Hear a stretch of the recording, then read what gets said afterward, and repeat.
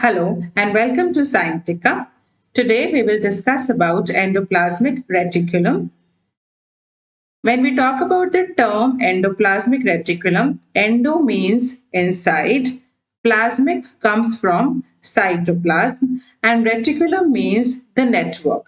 So when we talk about this cell organelle, it is seen as the network which is present inside the cytoplasm of the cell. Okay, so that is why the term is endoplasmic reticulum. It was discovered by Potter and Thomson in 1945, and later on, Potter in 1953 has coined this term, which you call as endoplasmic reticulum. If we talk about the definition, so endoplasmic reticulum is the network of flattened sacs. So these are the flattened sac-like structures and tubules. These are the tubules which are present, and there are also vesicles which are present. So it is a network of flattened sacs, tubules, and vesicles that run throughout the cytoplasm of a eukaryotic cell. So when we see this cell, this is the eukaryotic cells. We can see the network of flattened sacs, tubules, and vesicles which are running in the cytoplasm, which are present in the cytoplasm in a eukaryotic cell. And therefore, it also means that it is absent in the prokaryotic cell. So when we see the structure of a eukaryotic cell, we all know that a eukaryotic cell has a well-defined nucleus, and also it is having the nuclear envelope, which consists of inner membrane and the outer membrane, and the space which is present in between the inner and the outer membrane is called as the perinuclear space. So endoplasmic reticulum is connected to the outer membrane of the nuclear envelope.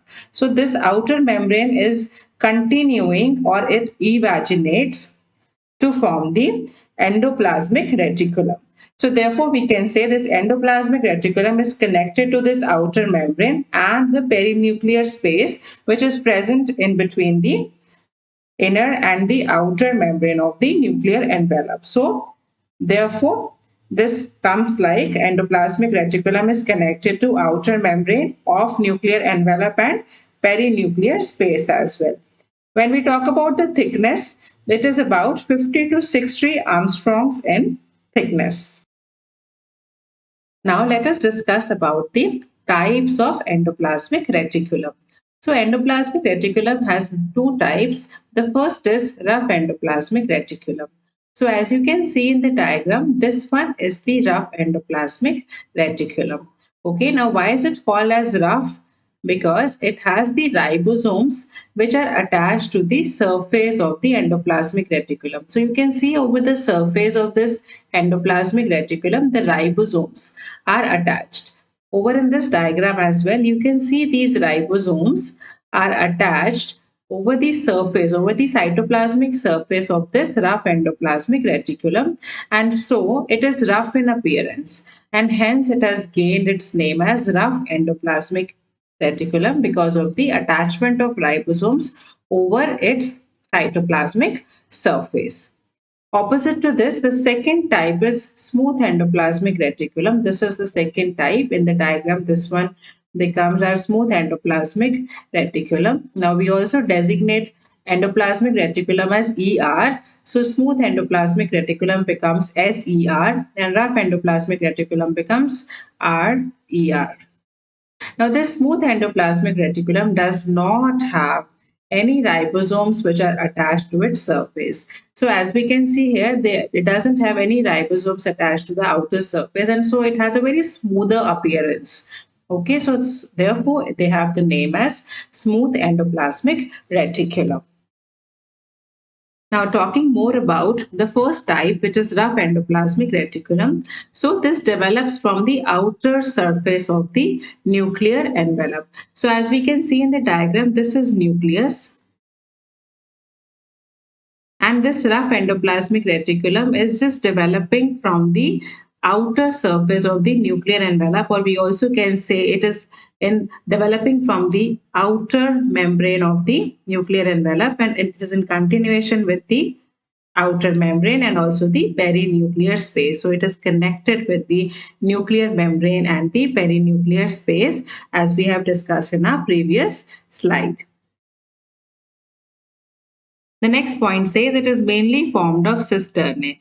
Now, what are these cisternae? Cisternae are these structures. Okay, so these cisternae are basically the flattened sacs. I can also write flattened sacs. So you can see these are the flattened sacs which are present over here, and they are generally lying parallel to each other. So you can see that it is lying parallel to each other, and it is always present as a stack or bundle.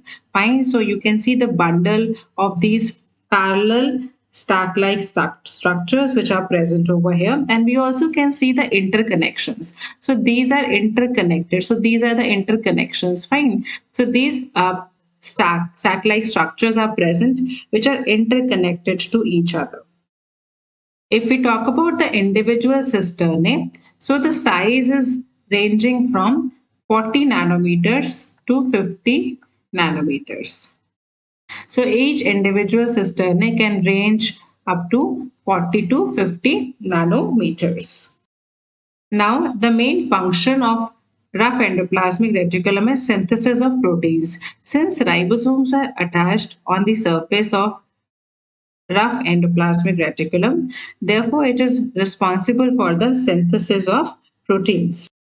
Now, since it is actively involved in the synthesis of proteins, so it is present in the cells which are engaged in active metabolism and secretion of proteins and enzymes.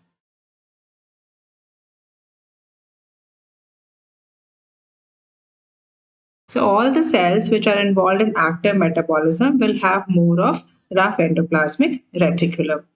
Also, it possesses narrow pores for the passage of synthesized polypeptides. So whatever polypeptides are being synthesized, it also has the pores so that it can easily pass through it. Now, talking about the next type of endoplasmic reticulum, which is the second type, and we call it as smooth endoplasmic reticulum because the membranes are smooth. It does not have any ribosomes attached to the surface, and therefore the smooth appearance has given it as the name smooth endoplasmic reticulum. Now, the main elements which are present in smooth endoplasmic reticulum are tubules and vesicles.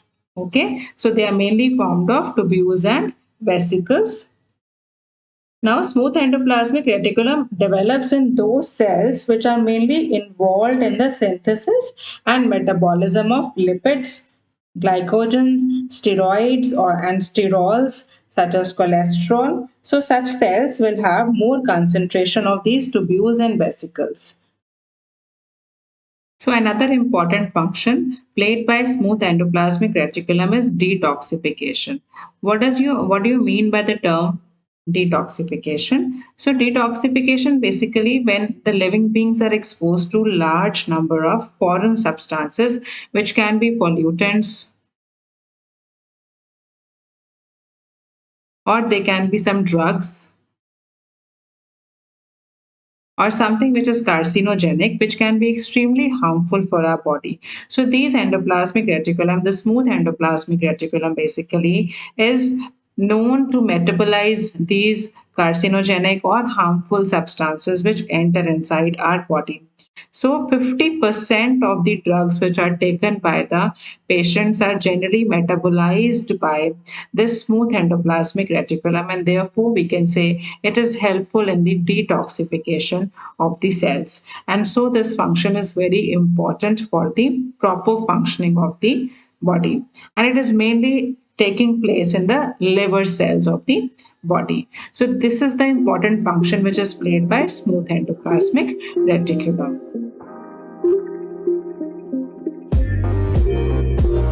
If you have liked the video, please subscribe the channel, share it with your friends, and if you have any doubt or query, please post in the comment section. Thank you.